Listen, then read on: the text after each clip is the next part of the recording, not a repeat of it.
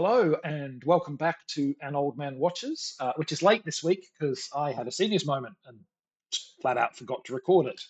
In any case, belatedly, today I'm going to be talking about Columbia Pictures' 1983 attempt to cash in on Star Wars mania, Spacehunter: Adventures in the Forbidden Zone, which is quite a mouthful of a title, I think you'll agree.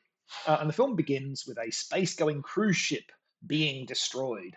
One escape pod successfully jettisons from the ship, and the three occupants, all of whom are attractive young women, crash land on a rocky, arid planet where they are soon accosted by the less than friendly natives. Shortly thereafter, space rat Wolf, a cut rate Han Solo, if ever there was one, intercepts a transmission offering a massive reward for rescuing the women. That's a lot of money, too much for just a lifeboat. Wolf notes in a plot point that the movie will then largely forget about. In any case, Wolf makes his way to the planet without any major incident, but once he makes landfall, things quickly get complicated. The would-be rescuer soon finds himself embroiled in a battle with a gang of black-clad thugs who follow the planetary warlord Overdog. This initial encounter doesn't go terribly well. Overdog's minions utilize jet-propelled hang gliders to capture the three women and abscond with them, forcing Wolf to pursue them over miles of hostile, unfamiliar terrain. The chances he'll be able to track the brigand down and recover the women seem pretty remote. Fortunately, for certain loose definitions of that word, a young woman named Nikki offers to act as Wolf's guide in crossing the wasteland. Given that Nikki makes this offer right after Wolf catches her trying to steal his vehicle, it should perhaps be no surprise that Nikki's help turns out to be something of a mixed blessing. Oh, and as Wolf soon learns, there's also the added complication that a rival bounty hunter named Washington is also on the trail of the missing women. Now, a long, long time ago, in a country far, far away from my current home, I saw a preview for an upcoming SF film that, to my much younger eyes, looked like the most awesomely epic thing of awesome epicness. There was a train that looked like a sailing ship, and these cool black motorcycle things attacking it. Pew, pew, pew, all the pews.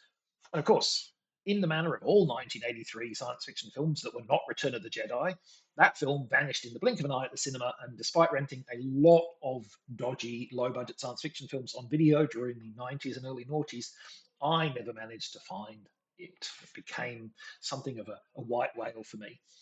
And then one day I made an impulse buy on the back of realizing that, wait, here's a cheap looking science fiction movie with Peter Strauss and Molly Ringwald in it. That needs looking at, doesn't it? And it turned out that my multi-decade quest was over. And yeah, I'll be frank, I geeked out a little. And even though I wouldn't actually recommend this film to anyone but a totally trashy cinema tragic like myself, I definitely don't regret buying it. But let's talk about the film itself in more detail, shall we? So, although this film was obviously an attempt to cash in on the third Star Wars movie, I suspect that somebody involved was also a Road Warrior fan because the overall aesthetic clearly draws a lot of inspiration from the Mad Max films and the post apocalyptic vision that they presented. We've got the leather clad hoodlums on makeshift combat vehicles. We've got the wasteland terrain, which is admittedly also a feature of Tatooine in the Star Wars films. We've got the derelict remnants of a once advanced civilization now fallen into ruin. We've even got the Road Warrior's plucky younger sidekick, though in this case it's a motor-mouthed teenage woman instead of a near mute feral kid. It was the grungy post-apocalyptic vibe of the visuals that initially captured my imagination when I saw the train attack scene so many years ago. I lived in a small town in the early 80s, and there was very little access to films like The Road Warrior or to the kind of cheap, straight-to-video knockoffs it inspired. So this visual melange of cobbled-together junk and advanced technology was entirely new and innovative to me, and it really made an impression on my young self. Now, I wouldn't be surprised if the whole post-apocalyptic look of the film was at least partly driven by financial motivations. It's much cheaper to put together a film with this aesthetic than it is to convincingly portray the hyper advanced environments of Cloud City from The Empire Strikes Back, for instance. And obviously, it's now a visual style with which I am much more familiar, which I've seen done better, frankly. But at the time, the idea that this could be a story happening on some forgotten backwater world of the Star Wars universe was a kind of cool concept to me. And if you squint hard, I think you can still pretend that's what the film is. Now, Spacehunter offers up a very episodic narrative. The entire structure of the film is basically that Wolf, or later Wolf and Nikki, encounter a specific danger and must overcome it before they can continue. And you might be saying, well, all narratives basically work that way. Characters meet and overcome threats and obstacles. In Return of the Jedi, for instance, Luke fights the Rancor, then the whole team have to fight for their lives if they don't want to be dissolved by the Sarlacc.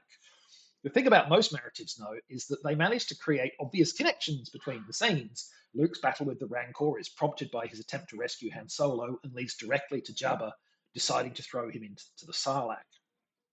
Once the characters arrive at that and survive it, they immediately set on the next step of a mutually agreed plan. There's an obvious narrative link between each step. Han Solo is captured, we try to rescue Han Solo, that goes wrong again, now we've finally done it, let's get on with what we want to do. In Spacehunter, that narrative connection is pretty absent. For instance, when Wolf and Nikia get attacked by plague scarred cannibals known as scavs, there's no specific lead into the attack, and the encounter will have absolutely no further narrative relevance once it is resolved. It's just like, oh, well, it's time for some action. Have an action scene. It's completely disconnected from the next action scene. There's no narrative causality between the two beyond, we're looking for these women, but it's a travelogue movie delivered, right?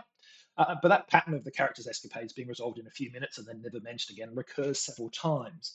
It's quite reminiscent of the old Flash Gordon series and similar fare, and that may well be far from unintentional. Probably unintentional, however, is that both Wolf and Nikki feel rather ineffectual. They consistently blunder into traps and frequently need to be rescued by either each other or by a third party. And sure, it's important that a film generate at least a feeling of menace to its protagonist, but it's not ideal when it feels like they are directly responsible for most of the menace they're suffering. I would, in fact, normally find it hard to root for such inept leads, but in the case of this movie, the easy charisma of the two main cast members, veteran TV actor Peter Strauss and a pre Breakfast Club Molly Ringwald, helped to keep me engaged with their story. The two actors work well together, though allow me to take a moment to be thankful that the movie appears to be pitching for a father daughter relationship between Strauss and Ringwald rather than a romantic one, what with Ms. Ringwald being 15 at the time. So overall, I found Spacehunter Adventures in the Forbidden Zone to be an eminently entertaining bit of goofy schlock. But the emphasis is definitely on the words goofy schlock. This one is really for cinema trash aficionados like me and not really for anybody else. Next time, I'm going to finally finish the Andy Sedaris journey by taking a look at the final five Lethal Ladies movies, starting with the 1993 offering Fit to Kill and ending with the 1998 finale Return to Savage Beach. I can guarantee that all five of these movies will feature exactly what the images on your screen suggest: lots of bare skin, lots of bad acting, and lots of even worse scripting. But that is next time. Until then, thanks for watching. I hope you've enjoyed it. And if you've seen Spacehunter Adventures in the Forbidden Zone, let me know what you thought of it.